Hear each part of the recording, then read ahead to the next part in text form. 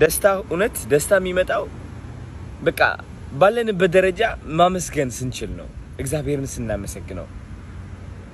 በገንዘብ አይደለም እግዚአብሔር የምናመሰግነው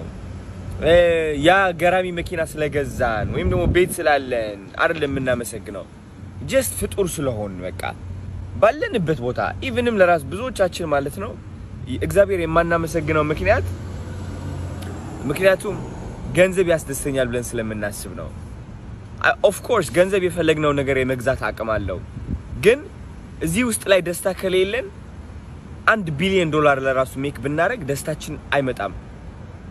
እኔ አሁን አስተዋውሳለሁኝ ገንዘብ ከማግኘቴ በፊት ምናምን የምመኛቸው ነገሮች ነበሩ ወደ ዳውንታውን ስወጣ ገራሚ ላክዠሪ የሆኑ ሬስቶራንቶች አይ ነበር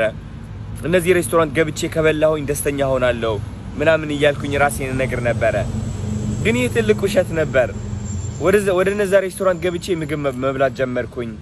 እንደዛ ሶሻል ሚዲያ የሚያሳዩን ፎቶ ያነሳው አይደል ገራሚ ምግብ እንትን የሚያደርጉት የሚያስደስት ይመስላችኋል ከዛ ገባሁኝ ሞከርኩኝ ምግቡን ስበላ ኦኬ ደስ ይላል ከዛ ስትወጣ ግን ርስት ታረጋውና ወደ ኖርማል ህይወት ትመለሳለህ ሳልወድ ነው የተማርኩት ደስታ አሁን ባለክ ነው ብዙዎቻችሁ ደስተኛ ለመሆን ቤት እየጠበቃችሁ ነው ደስተኛ ለመሆንና እግዚአብሔር ለማመስገን አዲስ መኪና